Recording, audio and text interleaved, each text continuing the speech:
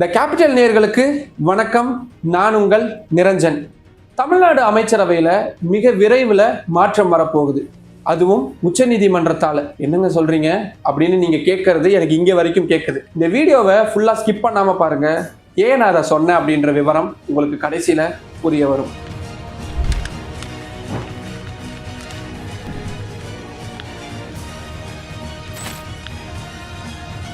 அமைச்சர் செந்தில் பாலாஜி அதிமுக ஆட்சி காலத்துல போக்குவரத்து துறை அமைச்சராக இருந்தபோது போக்குவரத்து கழகத்துல ஓட்டுநர், நடத்துனர் மாதிரியான முக்கியமான பணியிடங்களுக்கு பணத்தை வாங்கிக்கிட்டு ஆட்களை சேர்த்தாரு அப்படின்றதுதான் அவருக்கு எதிரான குற்றச்சாட்டு. இந்த குற்றச்சாட்டின் அடிப்படையில சட்டவிரோத பண பரிமாற்ற தடுப்பு சட்டத்தின் கீழே அமலாக்கத்துறையினர் வழக்கு பதிவு செஞ்சு கடந்த 2023 ஜூன் மாதம் செந்தில் பாலாஜியை கைது செஞ்சிருந்தாங்க.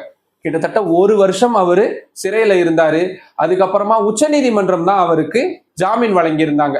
ஜாமீன் பெற்றதுக்கு அப்புறமா சிறையிலிருந்து வெளிவந்த அவரு உடனடியா அமைச்சராகவும் பொறுப்பேற்றிருந்தாரு. அதாவது அடுத்த நாளே அமைச்சரா பொறுப்பேற்றிருந்தாரு.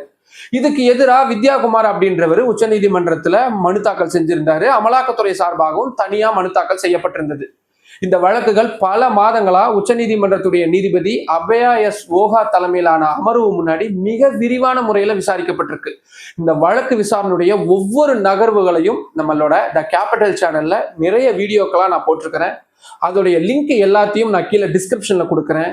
தேவைப்படக்கூடியவங்க கண்டிப்பா போய் பாருங்க. உங்களுக்கு இந்த ஒட்டுமொத்த சினாரியாவும் முழுமையா புரிய வரும். அப்படி கடந்த முறை இந்த வழக்கு விசாரணைக்கு வந்தபோது உச்சநீதிமன்ற நீதிபதிகள் செந்தில் பாலாஜி தரப்புகிட்ட மிக முக்கியமான கேள்வி எழுப்பியிருந்தாங்க. நீங்க அமைச்சரா தொடர விரும்புறீங்களா, இல்ல உங்களுக்கு எதிரான இந்த ஜாமீனை ரத்து செய்ய கோரிய மனுவை நாங்க விரைவா விசாரணைக்கு எடுத்துக்கிட்டோமா அப்படின்னு. அதுக்கு செந்தில் பாலாஜி தரப்பும் விரிவான ஒரு பிரமாண பத்திரத்தை தாக்கல் செஞ்சிருந்தாரு. நான் சாட்சியங்கள் எதையும் கலைக்கல, அதே நேரத்துல நான் அமைச்சரா தொடரக்கூடாது அப்படின்னு நீங்க எந்த நிபந்தனையும் எனக்கு ஜாமீன் வழங்கின போது கொடுக்கல. இருந்தாலும் நீதிமன்றம் பார்த்து எனக்கு இன்னும் அதிகப்படியான கெடுபடிகளையும் அதிகப்படியான நிபந்தனைகளையும் கொடுக்குறீங்க அப்படின்னா அதை நான் ஏத்துக்கிறதுக்கு தயாரா இருக்கிறேன் அப்படின்றத மட்டும்தான் சொல்லியிருந்தாரே தவிர அமைச்சர் பதவியை விட்டு நான் விலகிறேன் அப்படின்றத அவர் சொல்லல. கிட்டத்தட்ட அமைச்சர் பதவியில தான் நான் தொடருவேன் அப்படின்றதான் மறைமுகமாகவும் உச்சநீதிமன்றத்துக்கான ஒரு இண்டிகேஷனா அவர் கொடுத்திருந்தாரு. இந்த சூழல்ல தான் 23/4/2025 உச்சநீதிமன்றத்துல இந்த வழக்கு மீண்டும் விசாரணைக்கு வந்தது. அப்ப எடுத்த உடனேயே நீதிபதிகள்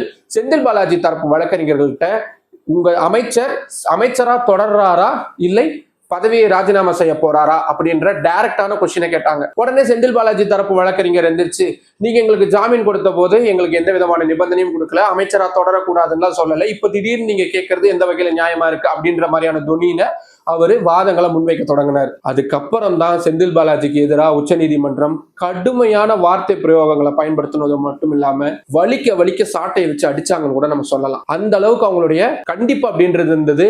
இந்த வழக்கை நான் தொடர்ச்சியா நேர்ல கவனிச்சேன் அப்படின்றதுனால நீதிபதிகள் பயன்படுத்திய வார்த்தைகள் அத்தனையும் எனக்கு நினைவில் இருக்கு. என்னுடைய நினைவில் இருந்தே நான் எல்லாத்தையும் சொல்றேன். மிக முக்கியமான அடிப்படை விஷயம், செந்தில் பாலாஜிக்கு நாங்க ஜாமீன் வழங்கினது இந்த கேஸுடைய மெரிட், அதாவது இந்த கேஸுடைய தன்மையை பொறுத்து கிடையாது. அவருக்கு மனிதாபிமான அடிப்படை, இன்னும் சொல்ல போனா ஆர்டிகல் 21 படி அவருடைய பர்சனல் லிபர்ட்டி, அதாவது அடிப்படை உரிமை அப்படின்றது மீறப்படக்கூடாது அப்படின்ற ஒரே காரணத்துக்காக தான் நாங்க அவருக்கு ஜாமீன் கொடுத்திருந்தோமே தவிர இந்த வழக்குல அவரு தவறாக சிக்க வைக்கப்பட்டுட்டாரு அந்த மாதிரியான சிறியக்குள்ளெல்லாம் நாங்க போகவே இல்லை அப்படின்றத நீதிபதிகள் கிட்டத்தட்ட இந்த வார்த்தைகளை பயன்படுத்தி தான் சொல்லியிருந்தாங்க.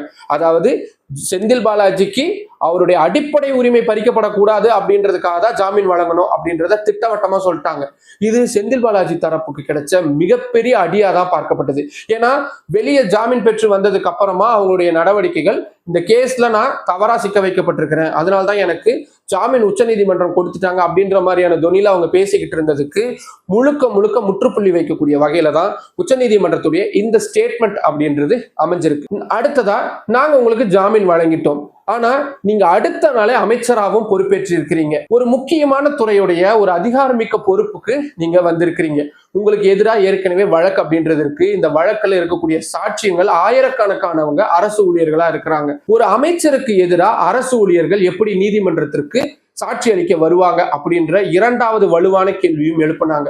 நீங்க சாட்சிகளை கலைக்க முற்படலைன்னு சொல்றீங்க, ஆனா அதை நாங்கள் நம்ப தயாராக இல்லை. we are not ready to believe your statement அப்படின்ற ஆங்கில சொற்றொடரை நீதிபதிகள் செந்தில் பாலாஜிக்கு எதிராக பயன்படுத்தினாங்க.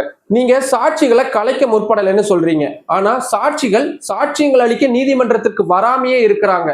அப்படின்னா அதுல நீங்க டைரக்டா நீங்க இன்ஃப்ளூயன்ஸ் பண்றீங்கன்னு தானே அர்த்தம் அப்படின்ற மாதிரியான கேள்விகளையும் அடுத்ததா நீதிபதிகள் செந்தில் பாலாஜி தரப்பு முன்னாடி முன் வச்சாங்க. இப்ப இருக்கக்கூடிய காலகட்டத்துல அமலாக்கத்துறையினருடைய இந்த சட்டவிரோத பணப்பரிமாற்ற தடுப்பு சட்டத்தின் கீழே ஒருத்தர் கைது செய்யப்பட்டாருன்னா அவருக்கு ஜாமீன் கிடைக்கிறது அப்படின்றது ரொம்பவும் அரிதான விஷயம், ரொம்ப கடினமான விஷயம். ஆனா உங்களுக்கு நாங்க ஜாமீன் வழங்கணும். என்ன காரணத்துக்காக? அப்ப நிலவிய சூழல், நீங்க 1 வருடத்திற்கு மேல சிறையில் இருந்தீங்க அப்படின்ற காரணங்களை எல்லாமும் நாங்க எடுத்திருந்தோம். இன்னும் சொல்ல போனா உங்களுக்கு ஜாமீன் வழங்க கூடாதுன்னு எதிர்த்தரப்பா இருந்த அமலாக்கத்துறையினர் நிறைய ஜட்ஜ்மெண்ட்டுகளை கோட் பண்ணியிருந்தாங்க. ஆனா அந்த ஜட்ஜ்மெண்ட்ஸ் எல்லாத்தையும் நாங்க ஓரமா வச்சுட்டு உங்களுக்கு ஜாமீன் வழங்கியிருந்தோம். ஆனா நீங்க என்ன பண்ணீங்க? உடனடியா போய் அதிகாரமிக்க ஒரு அமைச்சர் பொறுப்புல போய் சேர்ந்திருக்கிறீங்க. இதன் மூலியமா நீங்க இந்த நீதிமன்றத்தை தவறா கையாண்டு இருக்கிறீங்க அப்படின்ற துணியிலையும் நீதிபதிகள் பேசினாங்க. உச்ச நீதிமன்றம் உங்களுக்கு ஜாமீன் வழங்கிருச்சு அப்படின்ற ஒரு தகவல் வெளியே வந்திருக்கு. அடுத்த நாள் நீங்க அமைச்சர் ஆயிட்டீங்க. அப்படின்னா அந்த சாட்சிகளுக்கு நாங்க என்ன மாதிரியான சிக்னலை கொடுக்கிறோம், what kind of signal we are sending to the evidence and witnesses அப்படின்ற வார்த்தையையும் நீதிபதிகள் ரொம்ப அழகா ரொம்ப தெளிவா பயன்படுத்தி இருந்தாங்க.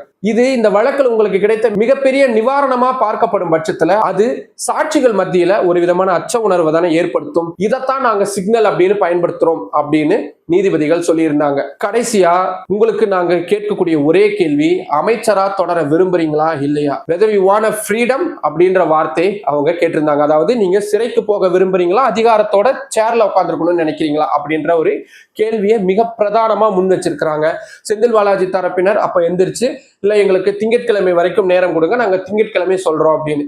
அப்படின்னா திங்கட்கிழமை வந்து முடியும் முடியாது அப்படின்றத மட்டும் சொல்லுங்க அப்படின்ற விஷயத்த சொல்லியிருந்தாங்க. ஏன்னா ஏற்கனவே நாங்க உங்களுக்கு 3 முறை வாய்ப்பு கொடுத்துட்டோம், நீங்க சரியான பதில சொல்லாததுனால நாங்க இந்த இடத்துக்கு வந்து நிக்கிறோம் அப்படின்றதையும் நீதிபதிகள் சொல்லி வழக்க திங்கட்கிழமைக்கு ஒத்தி வச்சிருக்கிறாங்க. இன்னும் ஒரு 4-5 நாட்கள் இருக்கு. இந்த 4-5 நாட்கள்ல செந்தில் பாலாஜி தரப்பு என்ன நடவடிக்கை எடுக்க போறாங்க? அவங்க தொடர்ச்சியா அமைச்சராகவே தொடர்றாங்க அப்படின்னா அவங்களுக்கு ஜாமீன் ரத்தாகிறதுக்கான வாய்ப்பு இருக்கு. ஏன்னா உச்சநீதிமன்றம் செந்தில் பாலாஜிக்கு ஜாமீன் வழங்கிய போது கொடுத்த நிபந்தனைகள்ல மிக முக்கியமானது சாட்சிகளை கலைக்கக்கூடாது, வழக்கு விவகாரங்களை தலையிடக்கூடாது அப்படின்னு.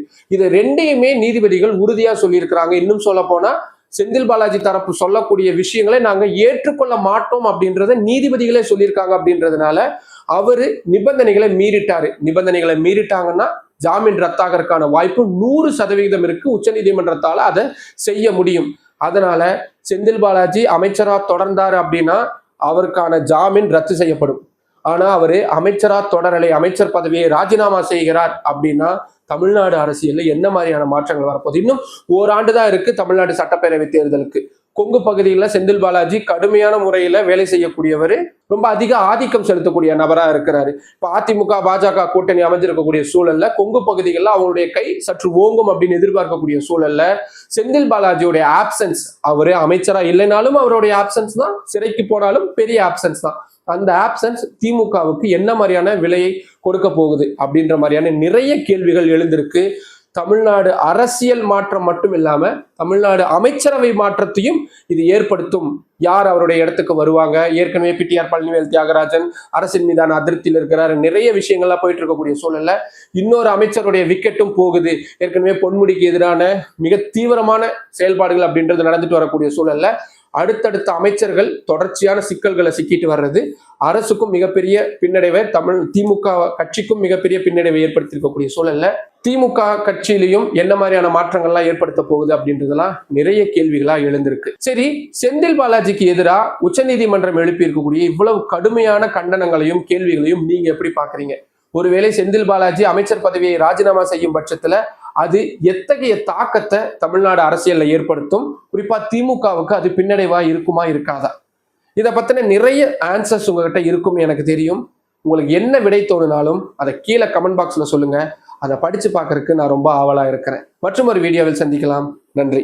இந்த கேபிட்டல் சேனலை இன்னும் நிறைய பேர் சப்ஸ்கிரைப் பண்ணாம பார்த்துக்கிட்டு இருக்கீங்க. உங்களுடைய ஆதரவின் அடிப்படையில மட்டும்தான் நான் இந்த சேனலை ரன் பண்ணிக்கிட்டு இருக்கிறேன். இப்போ இந்த செந்தில் பாலாஜி வழக்குல இவ்வளவு நுண்ணிய தகவல்கள் எல்லாம் உங்களுக்கு கிடைச்சது. நீங்க வேற எந்த இடத்துக்கு போனாலும் இவ்வளவு டீட்டெயிலான விஷயங்கள் கிடைக்காது. தமிழ் மக்களுக்கு சின்ன சின்ன செய்திகளும் தவறாம போய் சேரணும் அப்படின்றதுக்காக தான் டெல்லியிலிருந்து தமிழ் மக்களுக்காக இயங்கக்கூடிய முதல் தமிழ் யூடியூப் சேனலா த கேபிட்டலை நான் ரன் பண்ணிட்டு இருக்கிறேன். எனக்கு இதுக்காக எந்த அவுட் சோர்ஸஸோ இன்கமோ எதுவும் கிடையாது. என்னுடைய சொற்ப வருமானத்துல தான் நான் இதை நடத்திக்கிட்டு இருக்கிறேன்.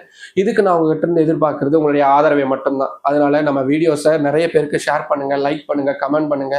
முக்கியமா நம்ம சேனலை சப்ஸ்கிரைப் பண்ணுங்க. இன்னும் அதிக அளவு ஆதரவை கொடுங்க. நன்றி.